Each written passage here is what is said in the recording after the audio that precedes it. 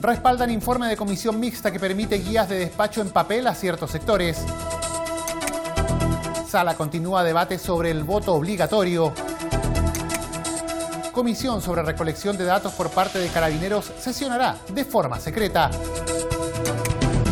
Afirman que se inhibió derecho a protesta en comisión de acusación contra intendente Guevara. Colegio Médico expuso sobre uso excesivo de la fuerza policial en manifestaciones. Cámara realiza interpelación al ministro de Salud.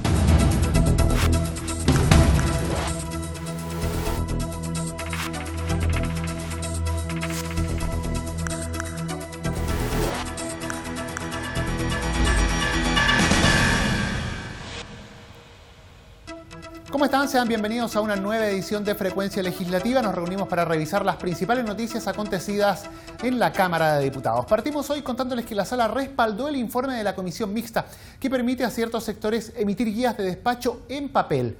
La instancia decidió eliminar el artículo incorporado en el segundo trámite por el Senado e incluir, en la excepción de la norma, también a los pirquineros y la pequeña minería. La Sala de la Cámara respaldó por la unanimidad de 122 votos el informe de la Comisión Mixta sobre el proyecto que modifica la ley que establece el pago a 30 días de las facturas con el propósito de permitir a los contribuyentes del sector silvoagropecuario y de la pesca artesanal emitir guías de despacho en papel. Tras el debate, la mixta respaldó por mayoría aprobar el proyecto en los términos que se había despachado en el primer trámite por la Cámara, pero incluyendo en la excepción de las guías electrónicas a pirquineros y pequeña minería, tal como lo señala uno de los autores del proyecto, el diputado RN Harry Jurgensen. La conectividad total en el país aún no es, ¿no es cierto? Y también falta capacitar más a esos actores de nuestra economía, motores principalmente de la economía regional, que hagan uso de las plataformas digitales y entiendan mejor cómo hacerlo.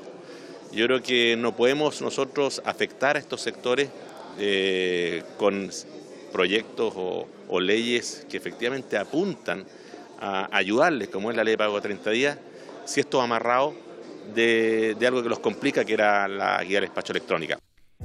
El informe que ahora debe votarse en el Senado establece que en el caso del sector silvoagropecuario, de la pesca artesanal y de la pequeña minería y pirquineros, las guías de despacho se podrán emitir a elección del contribuyente como documento electrónico o en papel. El diputado Boris Barrera valoró la propuesta de la Comisión Mixta. Sin embargo, considera que aún es necesario perfeccionar la norma que establece el pago a 30 días. Si bien esto es una necesidad para los pequeños agricultores, la pesca artesanal y todo eso, es algo que nos asegura el pago a 30 días, porque el pago a 30 días está abierto a un acuerdo mayor si es que las partes lo requieren. Por lo tanto, creo que tenemos que avanzar hacia allá, a tratar de asegurar de que ese pago sea realmente 30 días, eliminando ese artículo que quedó en la ley que dice que se pueden extender los plazos y otras cosas también de incentivo al pago a 30 días. Adicionalmente, se dispone que los contribuyentes que solo emitan documentos en papel podrán emitir guías de despacho que no importen ventas por este mismo medio.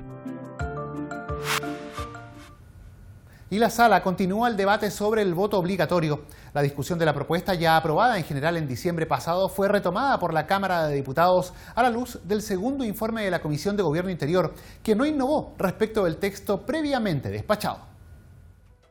El pasado 18 de diciembre, la Cámara de Diputados aprobó en general el proyecto de reforma constitucional que instala el sufragio obligatorio en las elecciones populares, debiendo volver a revisión a la Comisión de Gobierno Interior, dada la presentación de indicaciones. La instancia optó por no innovar y con base al nuevo informe presentado a la Sala, la discusión fue retomada, observándose en los discursos tanto opiniones favorables a restablecer el voto obligatorio como de mantener la voluntariedad del sufragio. Para los representantes del primer grupo, el punto se defiende observando la tendencia de las últimas elecciones, como plantearon la diputada radical Marcela Hernando y el RN Andrés Lonton. Yo creo que el voto obligatorio es necesario reponerlo porque lo que hemos visto es que se ha ido disminuyendo la participación de la población más vulnerable y de la gente que hoy día está en la calle reclamando reivindicaciones que son absolutamente justas.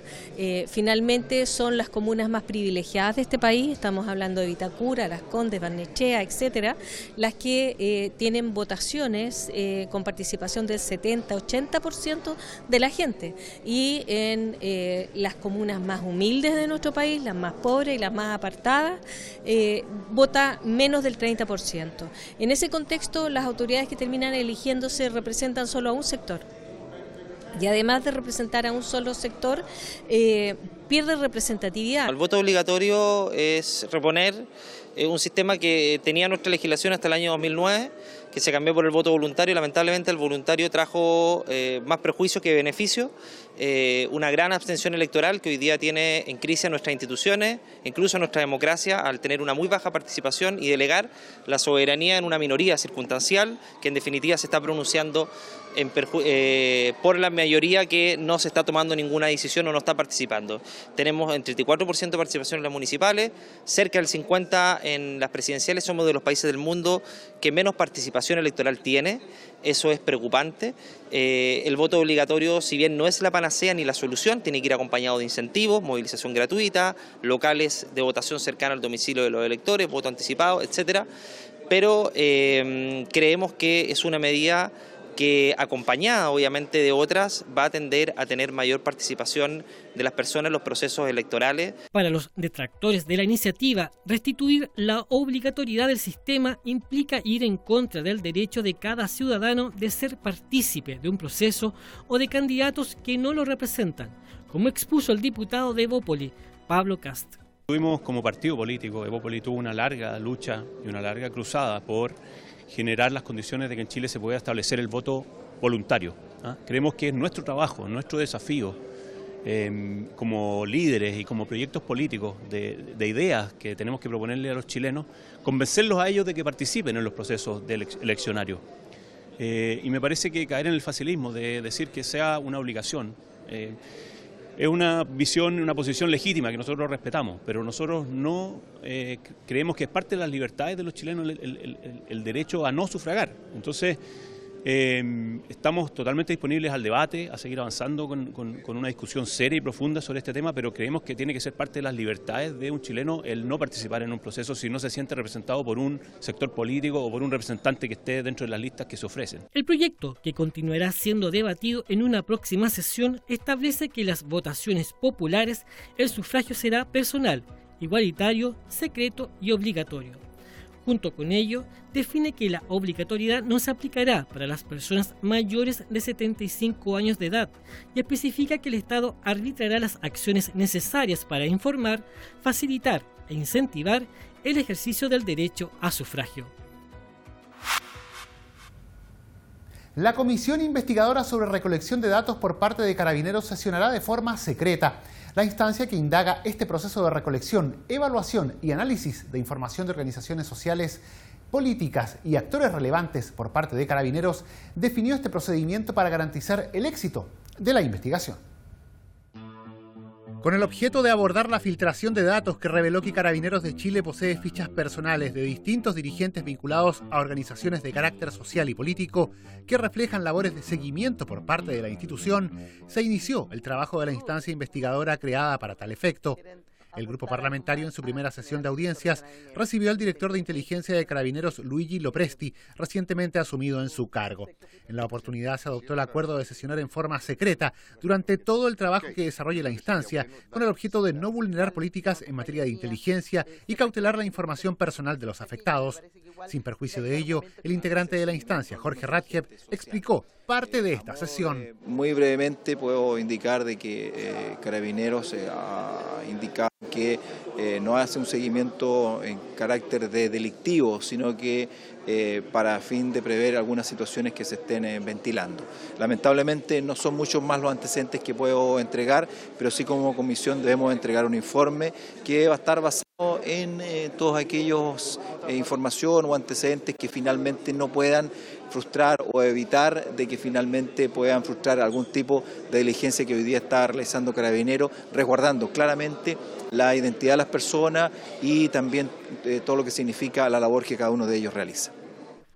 En tanto, la diputada y presidenta de la comisión, Claudia Mix, detalló los objetivos que se persiguen con esta investigación. Identificar las responsabilidades políticas de quién y cómo se tomaron las decisiones de hacer el seguimiento o cómo se buscó, quién definió también la búsqueda de los antecedentes de los que ya se saben, dirigentes sociales connotados públicos que fueron parte de una investigación.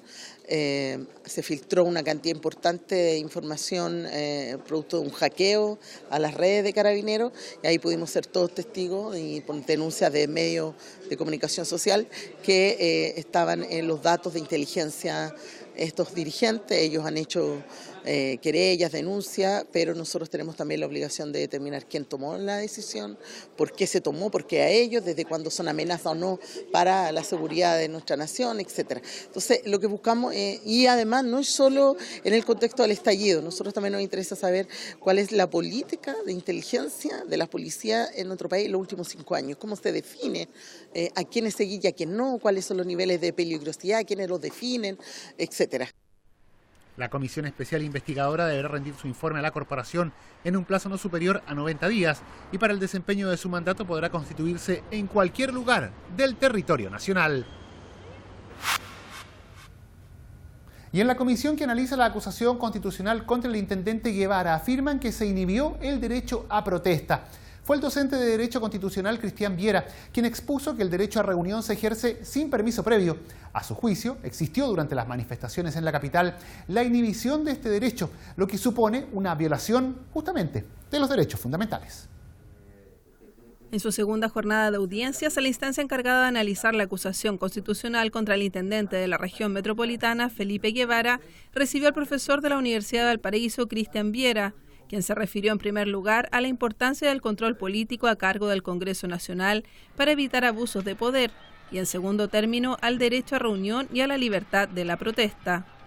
Ello en relación a lo que señala el libelo acusatorio sobre que habría habido por parte del intendente una vulneración de la libertad de expresión, el derecho de reunión y el principio de legalidad, lo anterior en el contexto de la crisis social que vive el país. El profesor constitucionalista calificó de grave la comprensión del derecho a reunión del intendente, ya que reunirse pacíficamente se ejerce sin permiso previo. Viera agregó que existió inhibición al ejercicio del derecho a la protesta.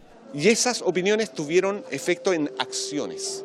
Bien, tolerancia cero a la manifestación en Plaza Italia, no hay permiso.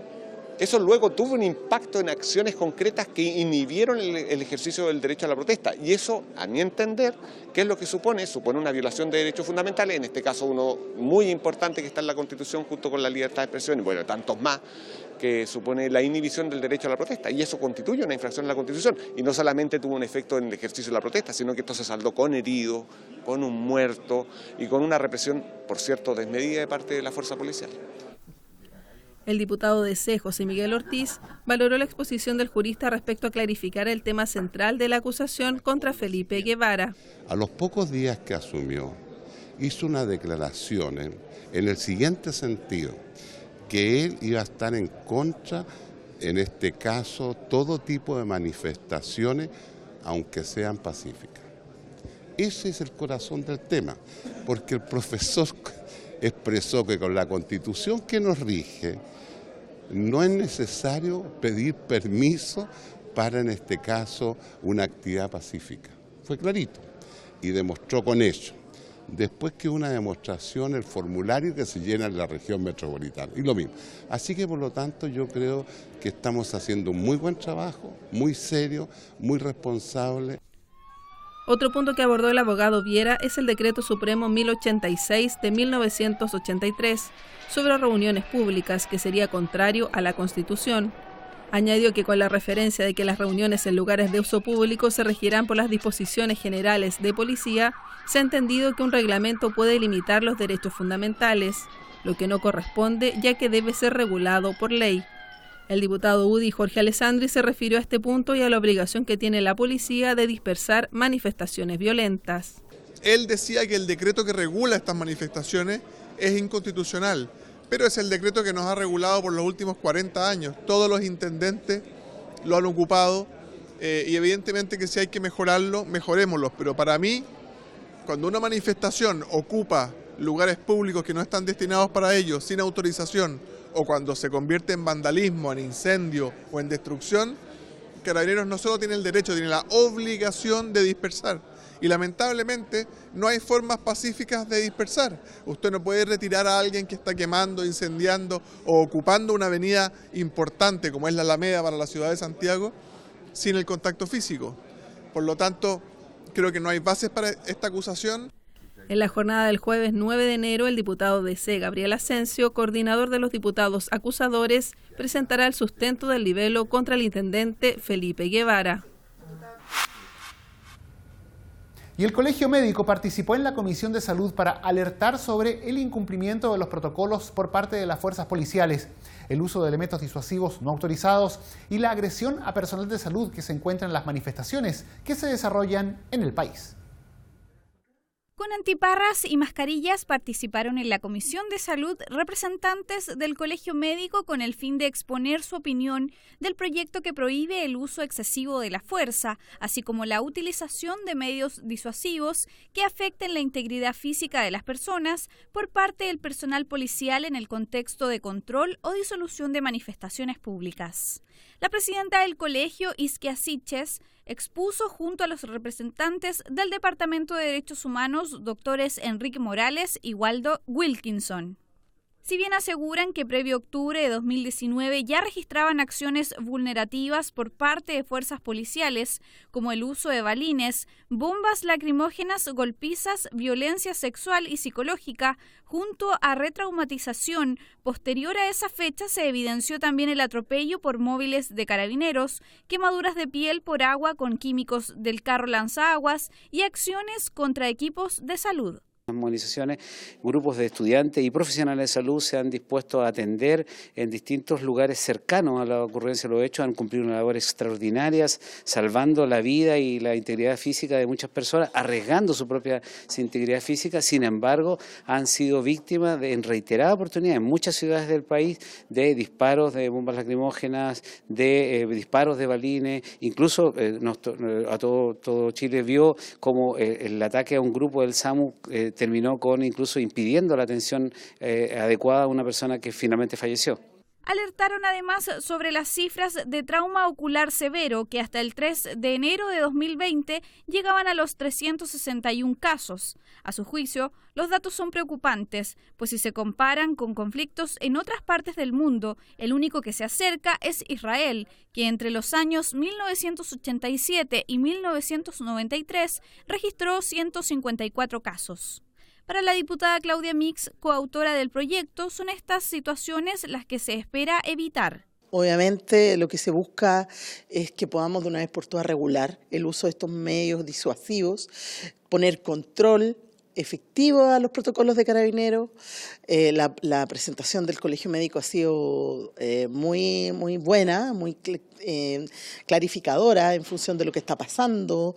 Detallaron muy bien todos los usos de todos los medios disuasivos que se están utilizando. Muchos de ellos no están en los protocolos y es lo que a nosotros nos preocupa. Los médicos también denunciaron el uso de gases no autorizados, como el gas amarillo, que es vomitivo y contiene arsénico. Este tipo de gas puede envenenar el agua y los alimentos con los que entre en contacto, por lo que su uso está prohibido. La diputada de RN, Jimena Osandón, destacó la necesidad de considerar los antecedentes entregados. Y es importante que hacer uso y oído a estas recomendaciones para que estas cosas no vuelvan y se introduzcan en los distintos protocolos. Ahora, este proyecto de ley en específico tenemos que pensarlo más. Estamos algunos diputados sorprendidos de que esté en salud, porque en el fondo amarra de mano el actuar de Carabineros.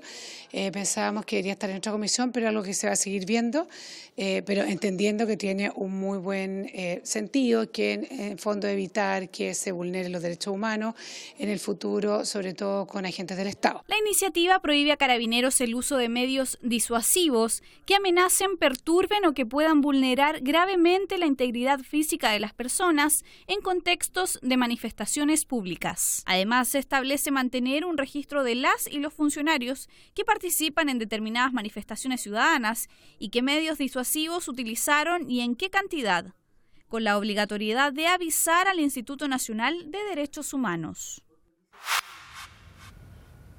Y el ministro de Salud, Jaime Mañalich, defendió la reforma al FONASA como forma de responder a las demandas ciudadanas. Esto en el marco de la interpelación realizada por la Cámara de Diputados.